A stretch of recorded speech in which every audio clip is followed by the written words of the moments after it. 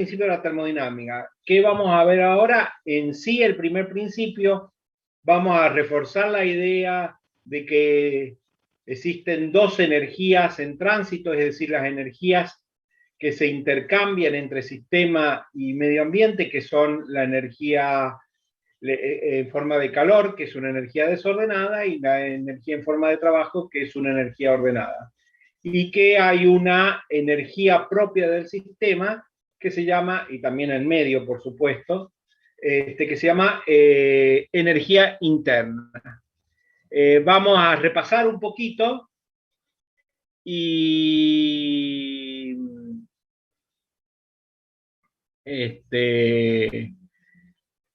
y luego vemos bien el primer principio de la termodinámica, y va a quedar para la clase que viene, la última parte, que es la aplicación del primer principio a reacciones químicas, que ya han visto algo ustedes en química general, que es cuando se habla del cambio entálpico de una reacción química. Si bien ya van a ver que la entalpía es una función de estado que es propia, no es propia, porque la vemos acá, pero es mejor cuando hablar de variaciones de entalpía en sistemas abiertos y variaciones de energía interna en sistemas cerrados. Vuelvo a repetir, cuando se habla de reacciones químicas, entonces se habla de variaciones entálpicas, y por eso aparece la entalpía acá en el primer principio para sistemas cerrados, pero se utiliza mucho más en sistemas abiertos. Y vamos a ver los cambios entálpicos con la temperatura, cómo varía la entalpía con la temperatura, cómo hacer, y ahí va a aparecer, bueno, cuando hablamos de reacciones aparece la famosa ley de Hess, que ya la conocen ustedes, pero aparece también una ley que es la ley de Kirchhoff, el mismo que se usa en la parte de electrotecnia o en física de la parte eléctrica, pero que hace de una ley para enunciar cómo varía la entalpía en función de la temperatura. Es decir, para calcular reacciones químicas o no a una temperatura que no es la estándar, a una temperatura y una presión que no es la estándar de una presión de un bar y la temperatura generalmente de 298. Bueno, vamos a mostrarle la presentación. Le voy a compartir pantalla. ¿Lo ven? Sí, profesor. Sí, profe. Bueno, entonces, primera ley, función de estado y magnitudes relacionadas. Y luego viene la parte B, que es la aplicación de la primera ley de la termodinámica a la termoquímica. Aplicación de la primera ley a las reacciones químicas.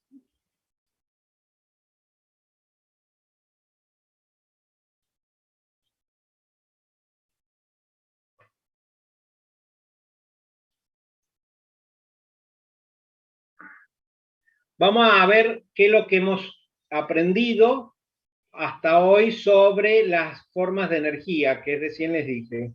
Sabemos que calor es una forma de energía, sabemos que trabajo es una forma de energía que se divide en trabajo mecánico o no mecánico, y también sabemos que existe una forma de energía que se llama energía interna.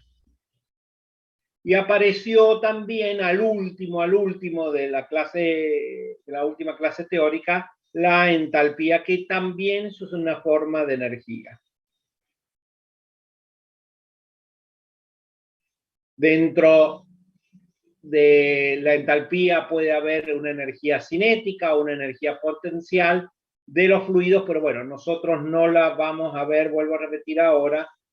La entalpía la vemos al pasado como un desprendimiento de la energía interna, no como una energía de fluido que lo vamos a definir en cuando veamos balance de energía para sistemas abiertos.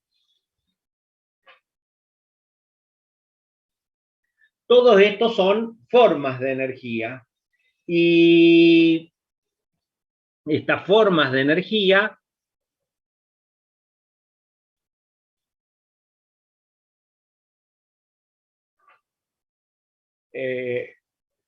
la vamos a ver, repasar que es la energía, es la capacidad para efectuar un trabajo. ¿Se acuerda que trabajo es la forma de utilizar, o es una forma de energía? Es decir, que estamos definiendo algo con lo que después vamos a utilizar para definir nuevamente energía.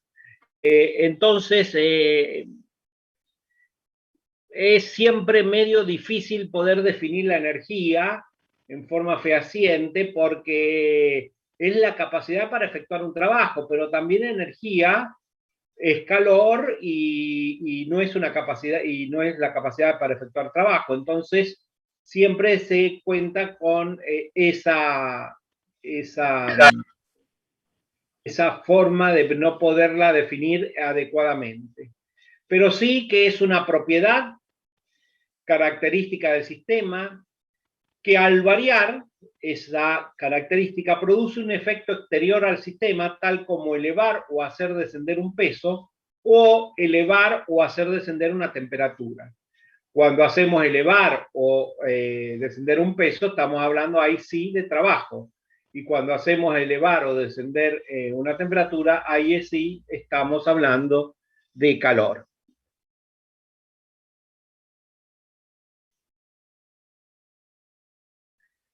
Otras energías que pueden aparecer, ¿se acuerdan? La energía potencial es la famosa energía que tiene que ver con la distancia que nos separa desde el suelo, o la energía cinética que tiene que ver con el movimiento, pero también existe energía eléctrica, la energía nuclear, la energía química y la energía térmica, la energía eólica, la energía mareomotriz, es decir, existen infinidades de tipos de energía. También vimos el experimento de Joule. ¿Qué tiene de importante el experimento de Joule? Que en ese entonces se consideraba al trabajo y al calor como dos cuestiones distintas, tenían dos características distintas. El trabajo era lo que se podía producir a partir de una energía que tenía una sustancia o un material. Y el calor era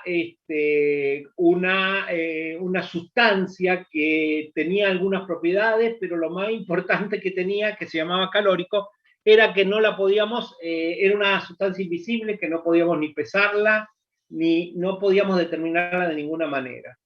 Entonces el experimento de Joule con Thomson, que estaba por ahí trabajando, determinaron que el calor es otra forma de energía y que está relacionado con el trabajo. ¿Sí? Que existe una equivalencia entre el trabajo mecánico, este es el famoso dispositivo de Joule, una de las formas en dibujarlo, en donde hay un cierto peso, este peso hace mover una rondana y estas rondanas hacen girar una paleta que está metida en un recipiente que es adiabático, es decir, que no puede entrar ni salir calor, y que debido a este movimiento del peso, estas paletas giraban y se observaba un aumento de la temperatura, es decir, que aquí se había producido, estas paletas habían producido calor de tal manera que el agua recibía ese calor y hacía aumentar la temperatura. Acuérdense que la temperatura es la media o el promedio de las energías, de todas las energías cinéticas que tiene, o de la energía cinética de todas las moléculas que tiene el sistema, en este caso el agua. Joule demostró que la cantidad de calor producido era proporcional a la cantidad de trabajo, y esa constante de proporcionalidad es el equivalente mecánico del calor, que es este que está acá. Una caloría igual a 4,184 joules. Las calorías es lo que se mide el calor y el joule es lo que mide el trabajo. Es decir, que para producir una caloría había que hacer un trabajo de 4,184 joules.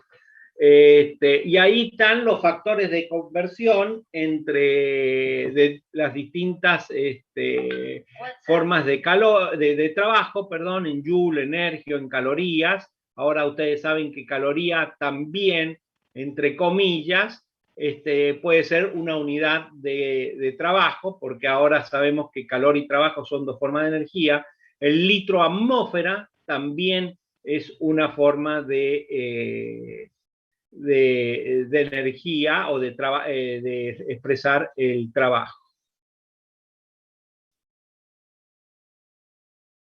El símbolo que vamos a utilizar es el W, viene del inglés, y habíamos dicho que el trabajo es un tipo de manifestación de energía ordenada que se manifiesta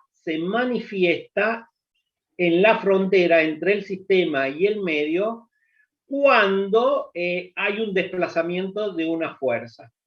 Entonces, ahí aparece el trabajo, siempre en la frontera. La energía también decimos que no puede ser almacenada como trabajo. El trabajo es una energía en tránsito, es decir, aparece en las fronteras. Cuando se produce una variación de energía en el sistema, aparece en la frontera y desaparece en los alrededores, como también almacenamiento de energía en el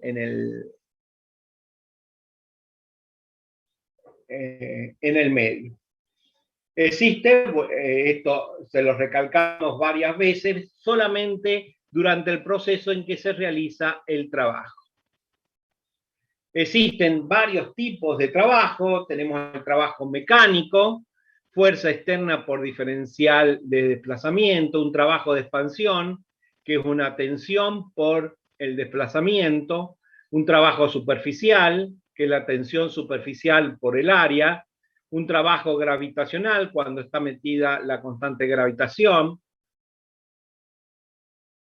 Y este es un trabajo de celda, cuando hay una pila o una celda electroquímica, ¿sí? Que tenemos los dos trabajos en función de Q y en función de I por diferencial T, que es lo mismo. Y el más importante es primero, el trabajo de expansión, que es el trabajo que se hace en un cilindro a pistón, que es el que más vamos a utilizar en termodinámica en sistema cerrado. Fíjense la fórmula diferencial W igual a menos P por diferencial V. P es la presión y V es el volumen específico.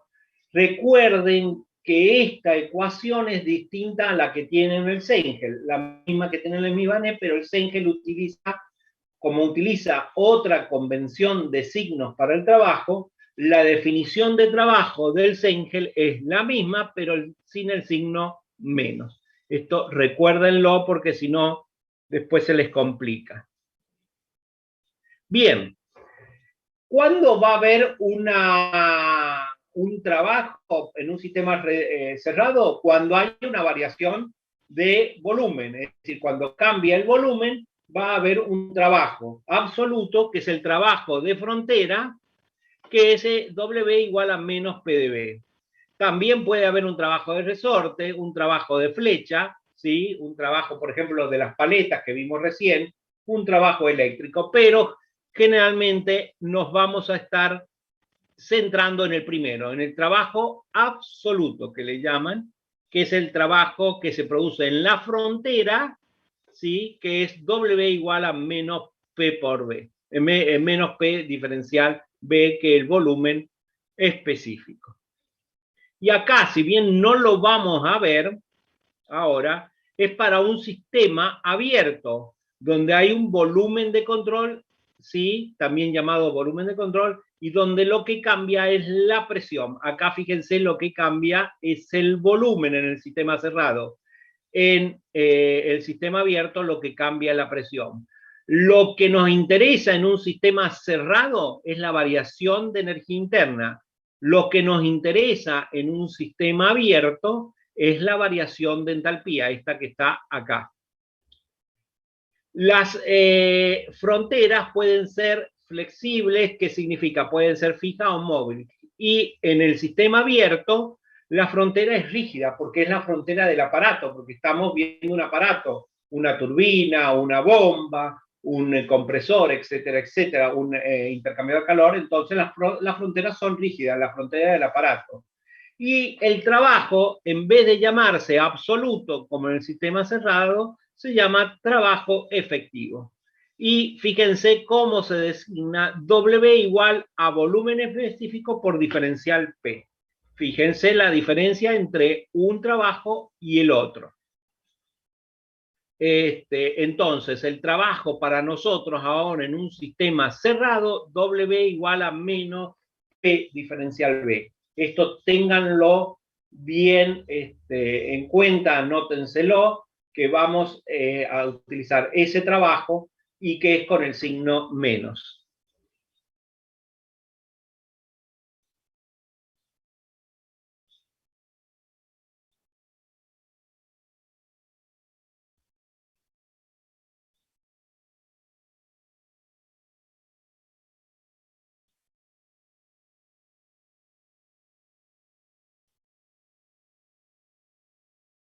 Vean acá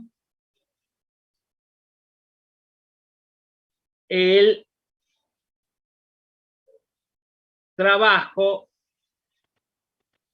absoluto o trabajo de frontera para un globo. Este globo, supongamos que lo podemos representar acá, puede inflarse o desinflarse, es decir, puede haber una expansión o una compresión, que es lo que decimos un trabajo P diferencial B, trabajo de expansión o de compresión. Un trabajo de expansión es cuando el volumen aumenta, ¿sí? Y un trabajo de compresión es cuando el volumen disminuye. Según la regla de los signos, cuando el volumen aumenta, el trabajo es negativo, y cuando el volumen disminuye, es decir, cuando hay una compresión, el trabajo es positivo, de acuerdo a la regla de signos que estamos utilizando nosotros. Si ustedes van al CEIN, van a ver que es al revés. Acá que hemos querido graficar en un diagrama P diferencial B para un gas ideal, para un gas ideal, para un gas ideal, ¿qué vamos a ver? Vamos a ver el trabajo que se hace a presión constante, ¿sí? El trabajo que se hace a presión constante es igual a P diferencial B. Como la presión es constante, se puede, si queremos integrar esto, nos queda delta B. A temperatura constante es esta, ¿sí? Donde M es la masa, R la constante particular de los gases, T es la temperatura absoluta, y el logaritmo entre el estado 2 y el estado 1, ¿sí? Tenemos una expansión que significa que el volumen 2 es mayor que el volumen 1.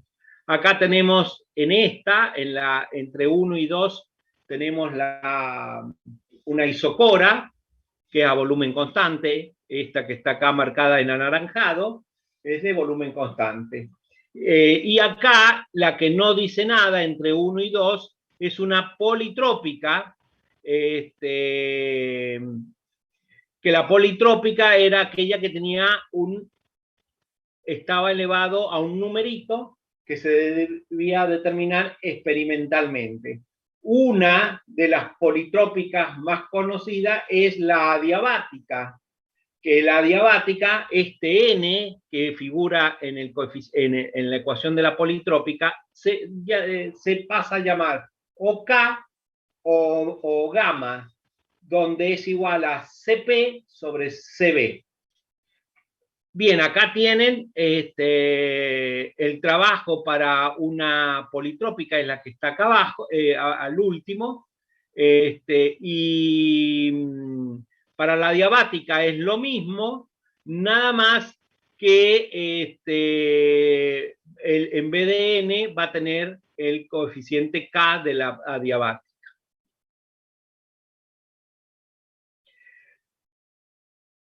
Cuando hablamos de calor, dijimos que era una manifestación de que entre el sistema y el medio ambiente había una diferencia de temperatura. Entonces, el calor podemos decir que es una manifestación de energía desordenada que se presenta en las fronteras entre el sistema y el medio cuando hay una diferencia de temperatura entre el sistema y el medio para establecer el equilibrio térmico. Esa energía calórica en forma de calor no puede ser almacenada, esa es una energía en tránsito como el trabajo, y existe solamente calor, energía en forma de calor, cuando se manifiesta en, como vuelvo a repetir, varias veces ya lo he dicho, en la frontera entre el medio ambiente y el sistema. Las formas de calor, había tres formas: por conducción, por convección y por radiación. Por conducción es cuando una varilla de metal la ponemos cerca del calor y ustedes al poco tiempo observan que esa varilla la sienten por el tacto que está caliente. Por convección es las famosas estufas que nosotros sentimos el calor por la convección, es decir, el calor que lo transfiere al aire y este aire es el que nos calienta. Y por radiación es la energía que en forma calórica que emana del Sol hacia la Tierra.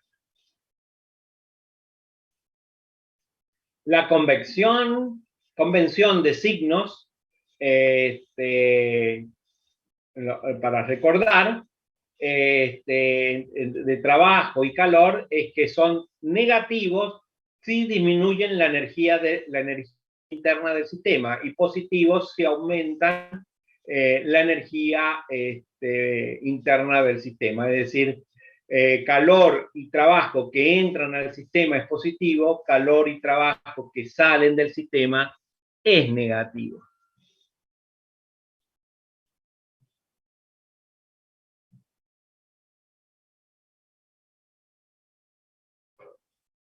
Así quedaría entonces la convención adquisitiva, que se le llama de el calor y el trabajo.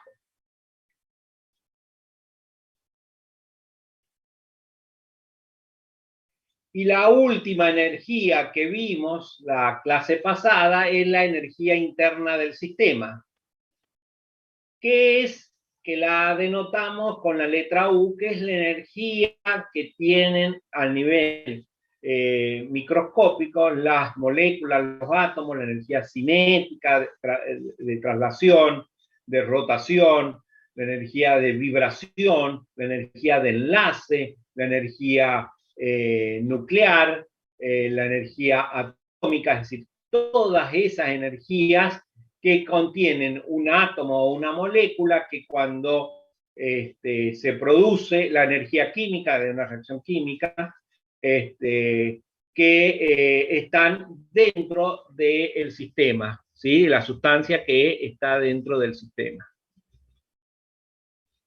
¿Sí? Ahí dice que puede interpretarse como la energía cinética y potencial de las moléculas. Son todas las energías habidas y por haber que tienen las moléculas o los átomos o los iones, si estamos trabajando de iones. Todas las energías que poseen las moléculas que recién las nombré. Entonces, como es una energía propia del sistema, y el sistema siempre tiene, se debe describir a partir de variables. Nosotros tenemos así como tenemos una presión, una temperatura, un volumen, etcétera, etcétera, iniciales, vamos a unas condiciones iniciales, vamos a tener una energía interna inicial, U sub I, antes del proceso, y luego cuando se produce el proceso, ya que puede entrar o salir trabajo, puede entrar o salir calor, va a existir un estado final, donde va a haber una presión final, una temperatura final, etc. Y también va a haber una energía interna final. El almacenamiento o no, el aumento o la disminución de esa energía interna se escribe como delta U, igual a U final menos U inicial. Recuerden siempre que delta significa estado final menos estado inicial. Entonces, la variación de la energía interna delta U es U final menos U inicial.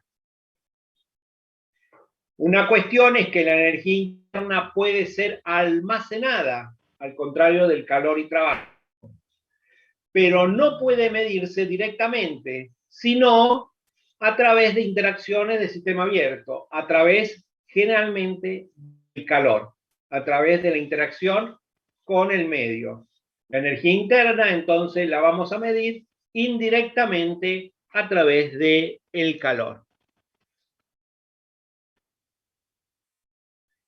Y ahora sí, la primera ley de la termodinámica, que algo vimos, la energía no se crea ni se destruye, solo se transforma. Entonces, una variación de la energía interna en el sistema va a ser igual a las dos energías que pueden entrar o salir del sistema o del sistema al medio o del medio al sistema.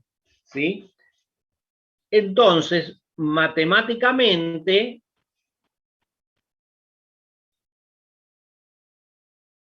se puede escribir esta. Como la variación de energía del universo tiene que ser igual a cero, porque no puede crearse sin destruirse, va a ser un juego entre la variación de la energía del sistema, que generalmente lo llamamos variación de energía interna, y la variación de energía del ambiente, que también hay que es la energía interna, pero del ambiente. Entonces, si esta energía aumenta, la energía del sistema aumenta, es porque la energía del ambiente disminuye. Y si la variación de la energía del sistema disminuye, es porque la variación de la energía del ambiente aumenta. De tal manera que la suma de las dos, la suma algebraica, siempre tiene que ser igual a cero. Bien, pero a nosotros no nos interesa la variación de energía del ambiente, porque nosotros estamos estudiando el sistema. Por definición, sistema es una parte que se aísla del universo para su estudio. Entonces, nosotros vamos a estudiar el sistema, no el ambiente. Entonces, ese es el sistema que puede tener una masa. Vamos a primero hablar en forma general. ¿Sí? Una masa que tiene asociada una energía interna, una energía potencial, una energía cinética, y tenemos los alrededores, que también tienen una energía interna, una energía potencial y una energía cinética. Los dos sistemas alrededor tienen energías de esa manera, pero intercambian energía solamente en dos formas: en forma de calor o en forma de trabajo.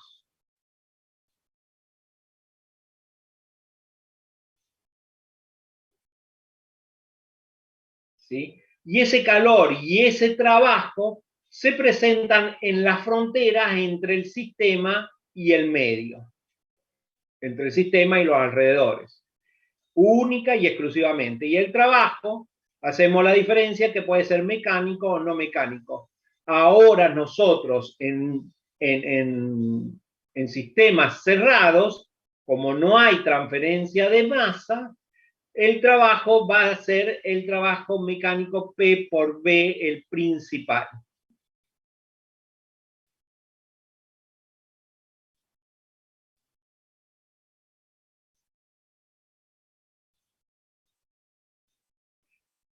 Podemos decir que el balance de energía, fíjense, esta es la fórmula general. Ahora lo vamos a particularizar para nuestro sistema cerrado. Esa acumulación de energía en el sistema, es decir, la variación en cerrado de energía interna, es igual a la transferencia de energía dentro del sistema por el límite menos la transferencia de energía fuera del sistema a través del límite del sistema, es decir, calor que o trabajo que entra menos calor o trabajo que sale, más generación de energía en el sistema por una reacción química, menos consumo de energía en el sistema por una reacción química, ¿sí? Cuando son reacciones endotérmicas o son reacciones exotérmicas.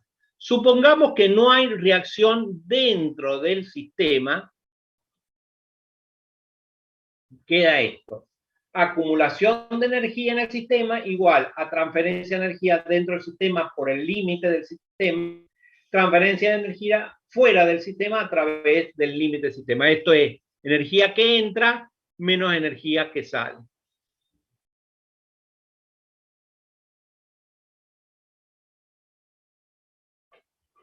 Si se trata de un proceso en estado estable, ¿sí? Vamos a decir que no hay acumulación, no se está acumulando, entonces transferencia de energía dentro del sistema es igual a la transferencia de energía fuera del sistema. Y ahí vamos a hablar de sistemas cerrados, balance de energía. Acá está. Entonces, lo único que va a producirse, volvemos a hacer en forma general, entre sistema cerrado, hay una masa que tiene una energía interna y va a transferir calor y trabajo hacia los alrededores o hacia el medio ambiente. No va a haber energía potencial ni energía cinética, y sí va a ser el caso típico de un cilindro pistón, que es un sistema que tiene fronteras fijas acá y fronteras móviles, y puede entrar calor y puede salir acá, en este caso, salir trabajo. Entonces, el balance particular es delta U igual a Q más W, donde Q, el signo que tiene acá, es porque está entrando calor, y W es el trabajo que también está entrando al sistema. Si hubiera un calor que está saliendo, tendría un signo menos, y el trabajo tendría un signo menos, y acá habría una desacumulación. Acá, como está entrando calor y trabajo, es una acumulación.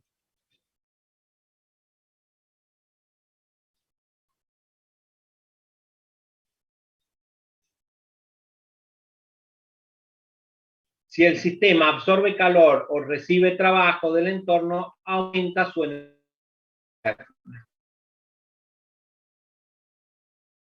Bien. Recordemos los trabajos que se pueden realizar sobre o desde el sistema.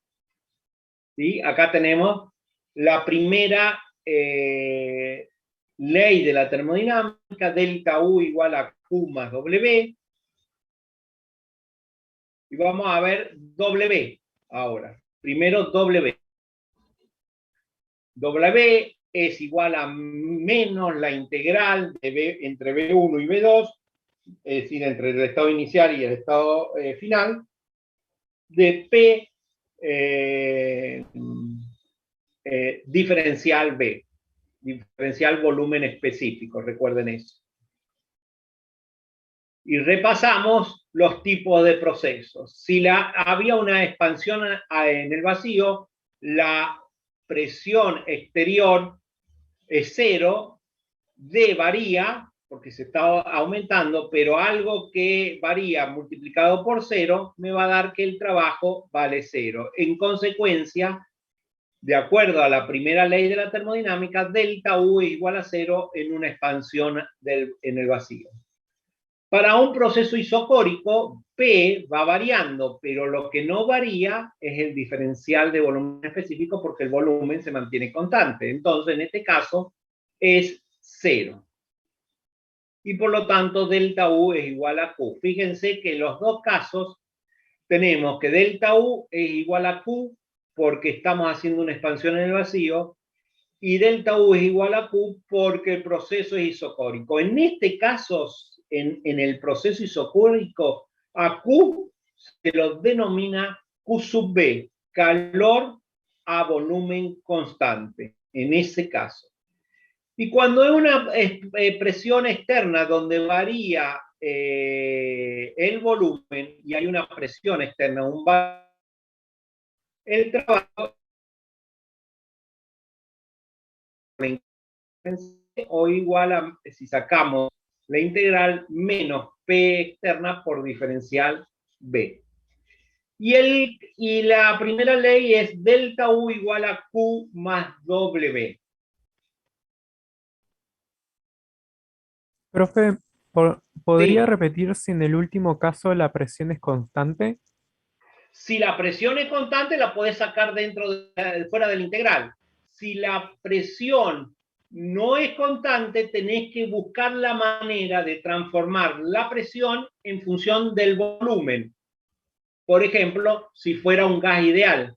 Si fuera un gas ideal, vos a P lo podés poner en el volumen. ¿Sí? Y entonces reemplazás eso dentro de la integral y lo podés sacar. Que es este que vamos a hacer acá en el proceso isotérmico. ¿Sí? ¿Se entendió? Sí, sí. Es decir, si esta P es constante, la puedo sacar fuera de la integral. Si esta P, que está en la ecuación de trabajo, no la puedo, no es variable, no la puedo sacar de la integral, tengo que buscar la forma de transformar la P en función de B. Por ejemplo, para gases ideales, por ejemplo, y si no fuera gas ideal, profe, bueno, tengo que hallar una ecuación que me relacione P en función de B. O me la tienen que dar como dato, o tengo que ver cómo la obtengo. Ahí tienen P igual a nRT sobre B. Entonces, esta P que está acá en blanco, la pongo en la P que está en negro. Ahí. Y me queda esta ecuación. Qué fácil integrar. ¿Sí? ¿Estamos de acuerdo? Entonces, ¿pero para cuándo es esto? Para cuando un proceso isotérmico para un gas ideal, a tener en cuenta eso. Para un proceso isotérmico para un gas ideal. Y si el proceso no es isotérmico, bueno, es isocórico. Ah, perfecto. Diferencial B igual a 0, entonces trabajo es 0. El proceso es isobárico. Ah, presión es constante, la puedo sacar y puedo integrar diferencial B. Ah, el proceso es adiabático. Bueno, tengo que hallar la relación de P que tienen las adiabáticas, que no la van a ver en la práctica, o una politrópica, y pueden sacar P en función de B de una politrópica, y puedo integrarlo.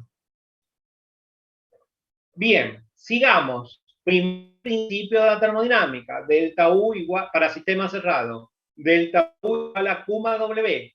Ya vimos cómo obtener W para distintos casos. Proceso isotérmico, proceso isobárico, proceso isocórico, proceso expansión en el vacío y vimos un poquito antes el proceso politrópico o adiabático, que lo van a ver en las prácticas. Esos son todos los procesos que pueden tener en la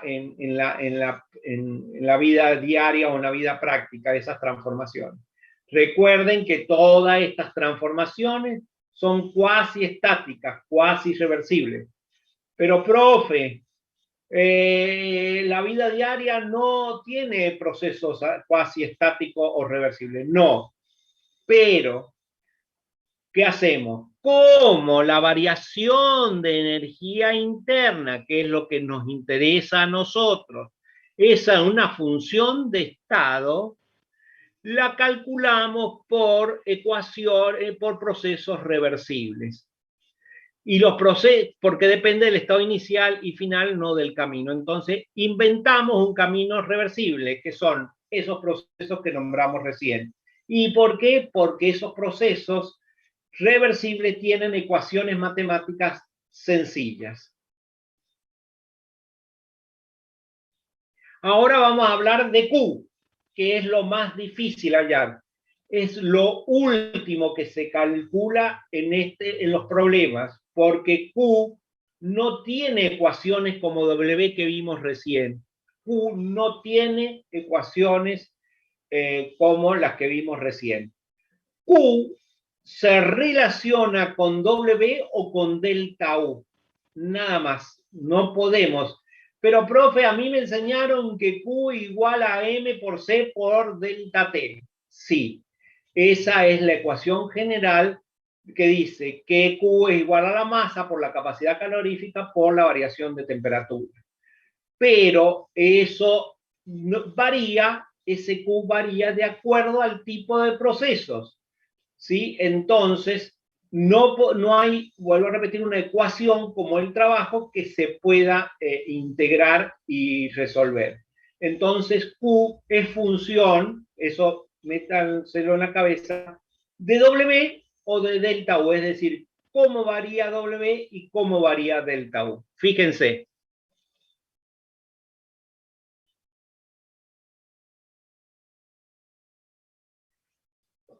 Ahí la tenemos en forma diferencial. Investigando la relación de la energía interna con el calor, vamos a considerar un proceso a volumen constante. Diferencial B es igual a 0, el diferencial de volumen específico. Por lo tanto, diferencial de W de expansión o compresión o diferencial P diferencial B es igual a 0. Entonces, ¿qué queda?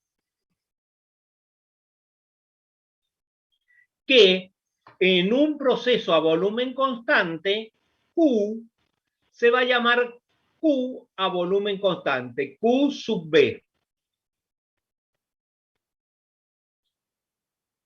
Esto se va a ir, porque dijimos que el trabajo es 0, y entonces, ¿qué queda? Eso, delta U igual a Q sub B.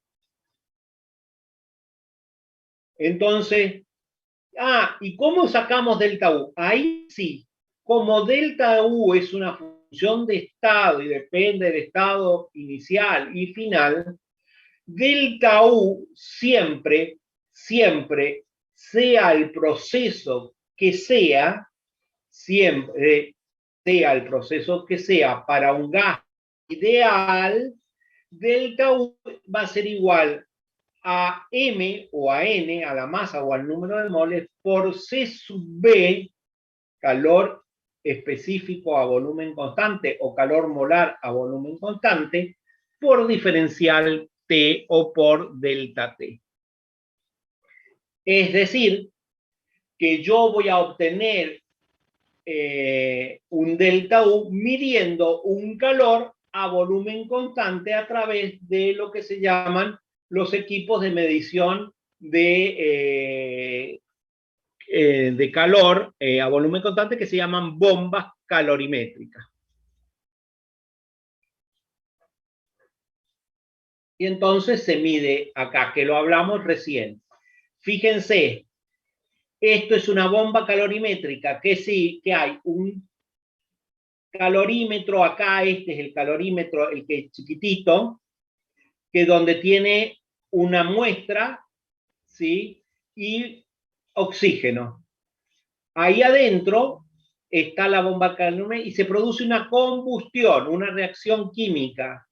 Ese calor que se libera se manda energía por estas varillas de ignición que se le llama, se le manda energía, se combustiona la mezcla con el oxígeno que hay acá y la combustión, ustedes saben que es una reacción exotérmica, libera calor.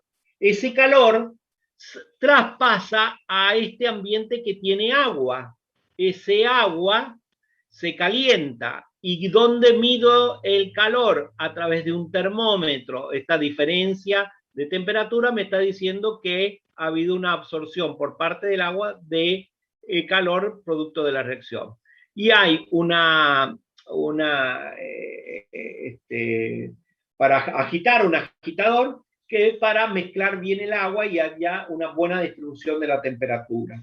Entonces, ahí ese calor que se liberó lo absorbió el sistema agua y ese incrementó su temperatura, incrementó su energía interna, porque ustedes saben que no se incrementa calor, no se absorbe, es decir, el agua absorbió el calor cuando pasó la frontera del calorímetro, este chiquito, hacia el agua, pero se acumuló en el agua como energía interna. Y esa energía interna es igual a lo que les comenté recién. M o N por C sub B, calor específico a volumen constante, que está diciendo que es el calor absorbido o desprendido a volumen constante por unidad de masa o por unidad de mol, por el diferencial T. Y esa ecuación va a servir siempre para delta U. Sea un proceso isotérmico, delta U es igual a M o N por C sub B por delta T. Es un proceso diabático, delta U para gases ideales, estamos hablando, guarda con eso, ¿no? Delta U es igual a M por C sub B por delta T.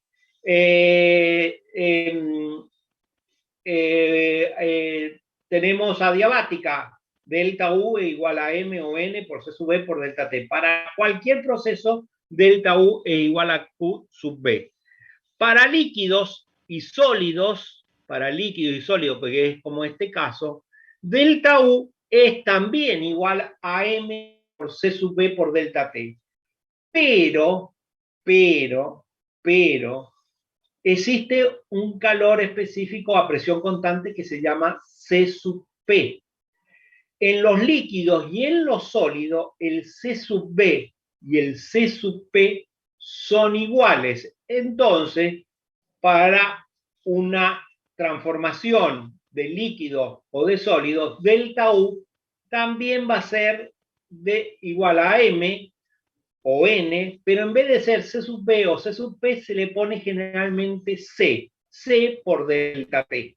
Es calor específico a volumen o a presión constante porque son idénticos, casi idénticos para un líquido o un sólido. No así para un gas, no así para un gas.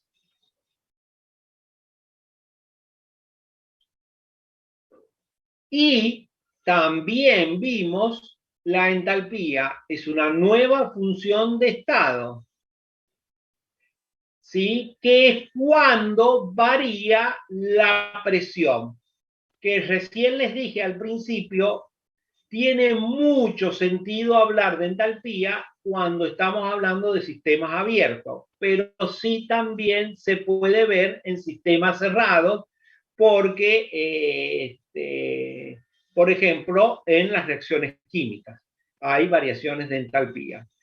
Tenemos un sistema cerrado cuando la presión es constante. ¿Sí? Tenemos calor, aumenta esa temperatura, pero la presión permanece constante. ¿Sí? Va a haber un calor que se suministra al ambiente como trabajo de expansión. Es decir, como yo estoy alimentando calor, esto se está expandiendo, entonces está saliendo trabajo. Entonces, el trabajo es menor que 0, por lo tanto, delta U, de acuerdo a la ecuación esta, si este trabajo es negativo, delta U es menor que Q. Es decir, fíjense, delta U es igual a Q más W. Q es positivo porque está entrando, pero Q es negativo porque está saliendo, porque se está expandiendo esto. Entonces, delta U es menor que Q en un proceso a presión constante. Con eso podemos definir una nueva función termodinámica que sea igual al calor. Así como cuando es a volumen constante el calor es igual a delta U, podemos definir un nuevo calor cuando la presión es constante. Entonces, y la nueva función es entalpía igual a Q sub P, a calor a presión constante. La variación de la entalpía igual a Q sub P. Entonces, definimos a la entalpía como la energía interna más la presión por el volumen. Ya lo vamos a definir, no tenemos otra manera de definirlo acá en un sistema cerrado, pero ya lo vamos a definir para un sistema abierto y van a ver que también es un trabajo de flujo, de fluido. Pero ahora olvídense de eso y recuerden que la entalpía es igual a U más P por B. La entalpía es una función de estado, es decir, que la variación de entalpía es H final menos H inicial, como la energía interna. No depende del camino, sí depende del estado inicial y final, ¿sí? Y delta H lo podemos definir como Q sub P. De la misma manera que recién vieron el calorímetro a volumen constante, ¿sí? Bomba calorimétrica. También existe un calorímetro a presión constante que se llama calorímetro diferencial, que es a presión constante. Y el calor a presión constante es M o N por C sub P, calor específico a presión constante, por delta T. Entonces, delta H queda definido como M o N por C sub P, calor específico a presión constante, o calor molar a presión constante por delta T. Y nuevamente decimos, para gases ideales, cualquiera sea la transformación, siempre delta H, miren lo que digo, siempre delta H va a ser igual a M por C sub P o N por C sub P por delta T. Delta H, Q, no, únicamente Q es igual a delta H cuando es una transformación a presión constante. Y para líquidos y sólidos, lo mismo. Para líquidos y sólidos, como el C sub P y el C sub B son aproximadamente iguales, delta H es igual a N por C sub P por delta T. Entonces, uno puede pensar que para líquidos y sólidos, delta H es aproximadamente igual a delta U. Y es así. Para líquidos y sólidos, delta H es aproximadamente igual a delta U, o delta U es igual, aproximadamente igual a delta H.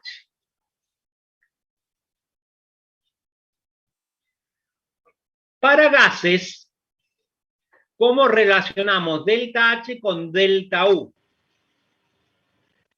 Delta H es igual a delta U más P por delta B, aplicando la ecuación de gases ideales, P por B igual a nRT, la variación de volumen se va a deber únicamente a la variación del número de moles, ¿sí? Porque T y P son constantes, entonces delta H para un gas ideal es eso, igual a delta U más delta nRT. Ahí tienen la relación entre gases ideales, entre delta H y delta U. Para líquidos y sólidos, recién acabamos de decir que delta H es aproximadamente igual a delta U.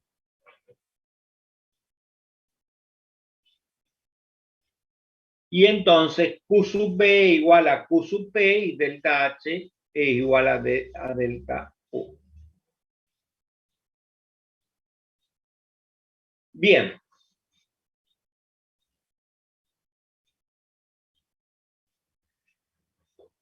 Profe, una Sí, consulta antes de que siga. ¿Eso de los líquidos y sólidos se cumple para cualquier proceso? sí, sí. Delta U es Ah, igual buenísimo. aproximadamente igual a delta H. Genial, gracias. Acá está la ecuación que ustedes conocen de la calorimetría. Q igual a M por C por delta T. ¿Sí? Donde C, la capacidad calorífica, que es la cantidad de calor que se le agrega a una cierta masa de sustancias para que varíe en 1 grado su temperatura. ¿Sí? Ese calor se llama calor específico y si en vez de masa hubiera moles sería calor molar. ¿Sí? Para que el cuerpo aumente de temperatura tiene que recibir calor. Para eso la temperatura T final debe ser mayor que la temperatura T inicial o T0 y recibe el nombre de calor recibido. Y para disminuir la temperatura tiene que ser calor absorbido o liberado, perdón, y se llama calor cedido. Esto también lo deben haber visto en química o en física, que es la caloría, es la cantidad de calor necesaria para aumentar la temperatura en 1 gramo de agua, desde 14,5 a 15,5 grados centígrados a la presión de una atmósfera, presión normal. ¿Sí? Capacidad térmica de un cuerpo, la relación entre la cantidad de calor recibida y la variación de temperatura que éste experimenta. La capacidad térmica es una característica de cada cuerpo y representa la capacidad de calor o ceder calor que tiene un cuerpo al variar su energía térmica, su temperatura. ¿Sí? Entonces tenemos capacidad térmica y calor específico o calor molar. ¿Cómo se relaciona? Bueno, la capacidad térmica se relaciona con la capacidad, con el calor específico cuando la dividimos a la capacidad por la masa. ¿Sí? Entonces, a la capacidad la dividimos por la masa y tenemos el calor específico. Y si a la capacidad la dividimos por N, tenemos el calor molar. Si al proceso, la transferencia de calor, lo hacemos a volumen constante, ese calor específico se llama calor específico a volumen constante. Si el proceso de transferencia de calor es a presión constante, el calor se llama calor específico. No, solamente me estaba haciendo el me clavó. Sí, me asusté. Y si no, capaz que lo estabas moviendo mucho y me gustó. Por favor, quien tiene prendido el micrófono lo puede apagar.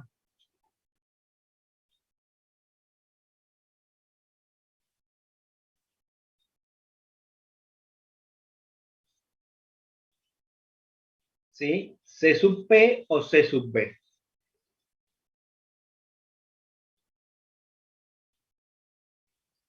Una cuestión que hay que distinguir, que hay 2 tipos de calor, que ustedes lo vieron y es muy importante en termodinámica. El calor sensible y el calor latente. ¿Sí?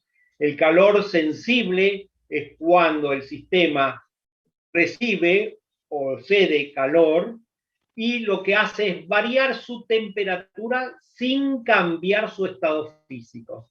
Entonces, eso es calor sensible y que se representa matemáticamente con la ecuación fundamental de la calorimetría. El calor sensible es igual a M o N por C sub P o C sub B por delta T. ¿Sí? Entonces, ese es el calor sensible. Pero hay un calor, acá está la ecuación, ¿sí? M o N, masa o moles, CB o CP, según como sea la transferencia de calor. Y el otro es el calor latente, es el calor que se cede o se absorbe para que la sustancia cambie su estado físico sin que se produzca variación de temperatura, ¿sí? Eso se llama calor latente, calor que se absorbe o se cede. Se absorbe cuando cambiamos, por ejemplo, de sólido a líquido. Se cede cuando cambiamos de líquido a sólido o de vapor a líquido, ¿sí? Cuando se absorbe calor es positivo, cuando se cede calor es negativo por la regla, la convención de signos, ¿sí? Pero no varía la temperatura, sino lo que hace es cambiar su estado de agregación. Y es calor latente igual a M por el calor latente de fusión, de vaporización específico. Este calor latente depende de cada sustancia y están tabulados.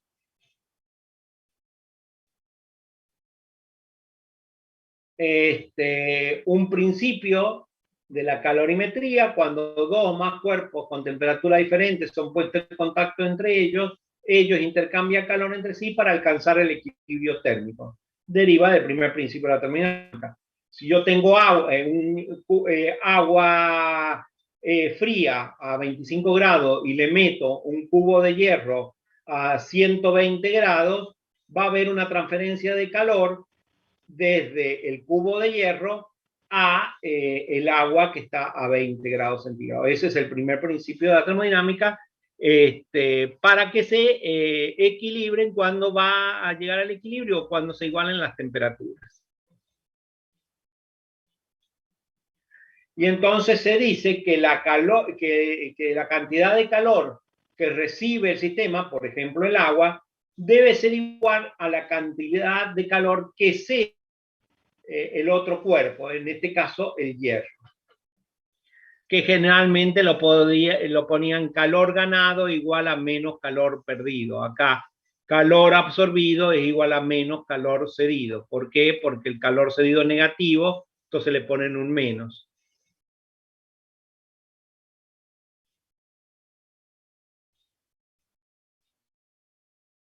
¿Sí?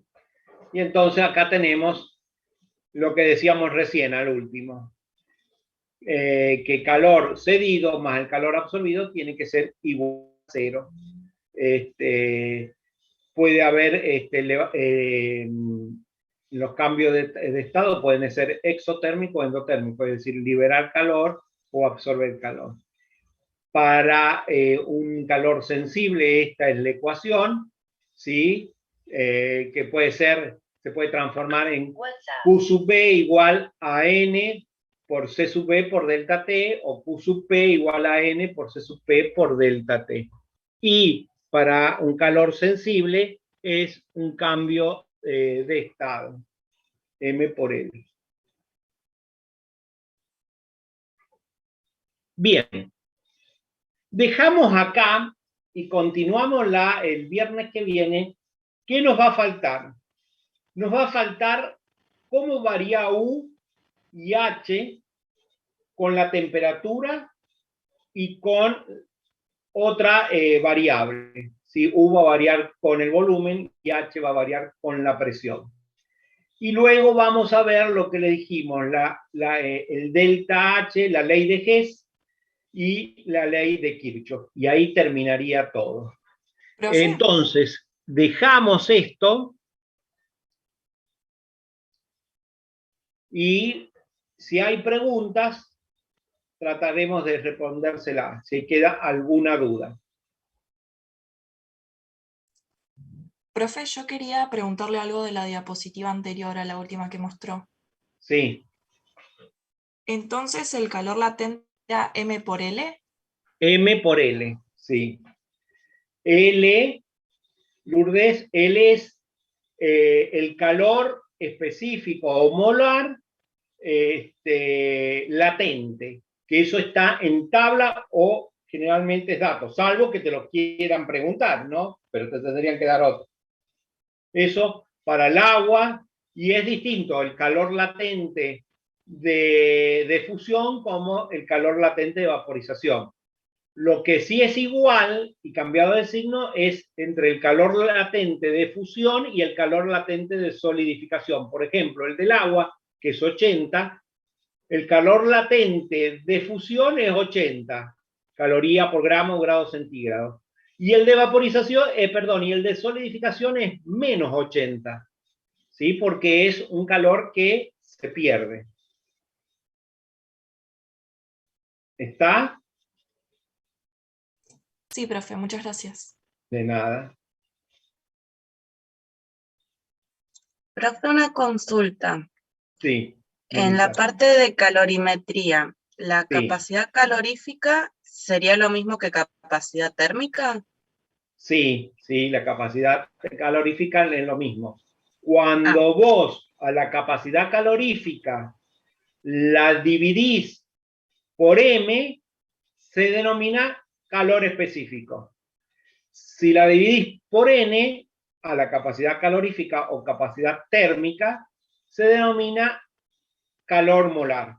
Y a su vez, cuando la capacidad calorífica la dividís por M y lo haces en un proceso a volumen constante, ese calor se llama calor específico a volumen constante. Si lo haces a presión constante, se llama calor específico a presión constante. Si lo dividís por el número de moles, se llama calor molar a volumen constante y calor molar a presión constante. Esos calores, repito, para líquidos y gases, el C sub P y el C sub B son aproximadamente iguales. Entonces, en un proceso que tenga las mismas variaciones de temperatura, el Q sub P y el Q sub B son aproximadamente iguales. Para líquidos y sólidos, para líquidos y sólidos, para líquidos y sólidos. Por lo tanto, delta U es aproximadamente igual a delta H para líquidos y sólidos. Para gases, no. Son distintos porque el C sub P es distinto al C sub B, que lo vamos a ver en la próxima clase. ¿Se entendió? Sí, perfecto, muchas gracias. De nada. ¿Alguna otra duda? Profe, ¿cuántos temas faltan para el parcial? El viernes es el último. Ok, gracias. De nada. Así que a partir del viernes ya no tienen más teoría, ¿sí? Solo práctica. Todos los días tienen práctica y el viernes, esperen que me fije, ya me fijo en el calendario. ¿24 puede ser? Sí, pues viernes 24, viernes 24. El viernes, ahí está, viernes 24, el parcial. No se puede cambiar, porque después van a aparecer el profe, no llegamos, por favor, me van a empezar a mandar por el tablón, por favor, cámbielo. No se puede cambiar porque si no se retrasan. Y después estamos tomando en el mes de febrero parciales y todo, y salen, ya hemos visto, hemos tenido experiencia, que como pierden la continuidad del estudio, mucha gente que venía medianamente bien puede perder en el último parcial. Así que traten de hacer todo. Les queda, miren, hoy es 6, la última clase es el 10, les queda una clase que es el 13, 2 clases que es el 15, 3 clases que es el 17 y el viernes tienen 4 horas, 4 clases, que es el lunes 20, y la quinta clase, que es el miércoles 22. Es decir, 5 clases antes del parcial. Así que métanle, ¿sí? Este es un parcial bastante sencillo. Lo único que se equivocan es en las tablas, en leer en las tablas, así que pónganse en saber leer los datos de tabla, ya sea como primero, vuelvo a repetir, dibujen el proceso, aunque sea, después lo dibujan bien, pero más o menos si están en una zona de vapor saturado, en una zona de líquido subenfriado, en una zona de mezcla, etcétera, etcétera. Cuando es gas ideal no hay problema porque saben los procesos. ¿Sí? ¿Alguna otra pregunta? Y la última acerca del parcial, ¿va a ser como era el año pasado, o sea, con cámara y nos mandan un PDF? El resolvemos? parcial por ahora no habilitada los exámenes presenciales en la Universidad del Comahue. El parcial es con cámara prendida durante todo el parcial, que se vea a la persona y a la hoja. Perdonen que seamos un poco pesado en ese tema. Se tiene que ver la persona y las hojas, por favor. Se tienen que ver la persona y las hojas. Antes de empezar le vamos a decir, no se ve. Josecito, no te ves. Josecito, no te ves vos. Pero, profe, yo no puedo mover más. Bueno, busquen la manera de que se vea en todo momento la persona y las hojas donde están escribiendo. Por favor, se los pido porque en eso yo soy muy estricto. Persona que no se lo va a desaprobar, pero no va a poder rendir el parcial. Soy muy estricto en ese sentido. Persona, ¿sí? Y si nosotros vemos alguna maniobra, nos ha pasado que le pedimos a esa persona que gire la cámara inmediatamente para todos lados, ¿sí? Profe, y en el caso sí. En el caso de teclear o utilizar el mouse, ¿eso tampoco lo podemos hacer? O, ¿Cómo? Perdón, no te entendí, Luciano. claro, digamos de que yo estoy en el parcial y utilizo el mouse para moverme de un lado a otro. ¿Eso no se puede hacer? Sí, para leer el parcial, sí. Para leer el parcial, sí. No, lo que no va a estar haciendo en todo momento, leyendo, moviendo el mouse, de las 2 horas y media que tenga, 1 hora y media moviendo el mouse porque ahí uno sospecha de que algo estás haciendo, pero si es 5 segundos para leer el enunciado, por supuesto que lo puedo hacer, por supuesto. Ok, ¿y las tablas las podemos tener arriba de la mesa? Sí, pueden tener las tablas. ¿Se acuerdan que les dije que armaran el que quiera armarse una tablita con todas las transformaciones y cuáles son las ecuaciones? No hay problema para tenerlas, ¿sí? Es decir, la ecuación, transformación isotérmica de delta U igual a tanto, Q igual a tanto y W igual a tanto, lo pueden tener. Se hacen les dije que se hicieran una tablita y lo pueden tener. Es decir, tablas, todo lo que puedan tener, quieran tener. La calculadora, por supuesto. Libros no. Y tampoco pueden tener los ejercicios. Es decir, la carpeta de los ejercicios, si empiezan a leer y nosotros observamos que tienen la carpeta de ejercicios, por eso es que tienen que estar la persona que se vea y las hojas también. Entonces, no pueden tener la carpeta de ejercicios. Ok. Profe, ¿y una hojita con ecuaciones también? O sea, las ecuaciones. Consuelo, si podemos ¿no? tener la hoja con ecuaciones. Por eso te dije, la tablita, hacer la tablita, yo ya le dije a la JTP que yo les permití hacer una tablita, vuelvo a decir transformación, delta U igual, transformación, isocora, W igual a 0 porque delta B igual a 0, eso lo tenés que poner. Q, delta U igual a N por C sub B por delta T, Q es igual a delta U, por ejemplo. ¿Sí? Eso lo puedes tener para todas las transformaciones. Vamos a las ecuaciones de gases reales. Sí, la de Rell y Kister, por supuesto que la puedes tener. La de Penn Robinson, la de Red Swaber, las podés tener todas escritas. Lo que no podés tener es el procedimiento de cómo calcular un volumen si se te pide. ¿Sí? Y, profe, Las tablas de vapor, todas las del Sengel, tienen que estar impresas sí o sí, ¿no? Sí, sería preferible, porque ahí da a que vos me puedas decir, la estoy viendo en la computadora y Paloma Claro.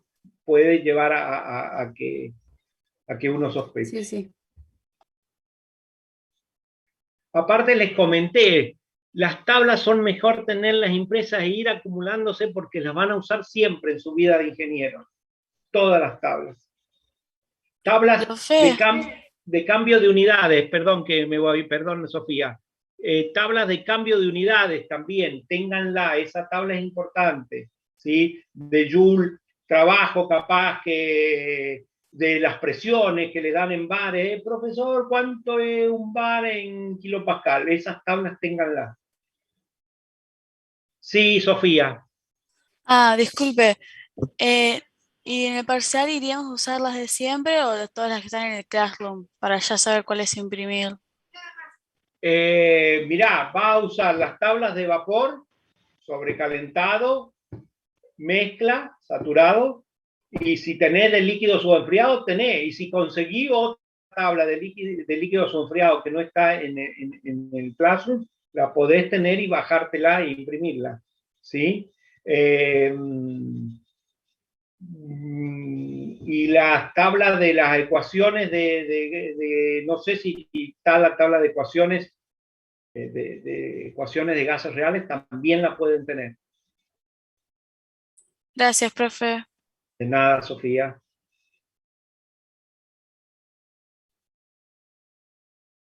Recuerden aunque no se los pida el problema, ustedes dibujen un diagrama P versus B y T versus B, ¿sí? Dibújenlo para ir acostumbrándose de sustancias puras, porque después son muy importantes en los temas de balance de energía para sistemas abiertos, y cuando veamos todos los ciclos van a tener que dibujar un montón de ciclos en un diagrama P versus B y luego T versus S, así que también lo van a tener que aprender.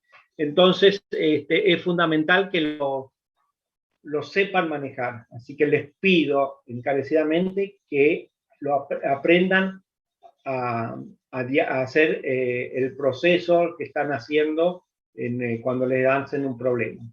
La de los gases ideales saben cómo es una isoterma, cómo es una diabática, cómo es una isocórica, una isobárica, etcétera, etcétera. Pero también el que no la sabe, apréndala. ¿Alguna otra pregunta?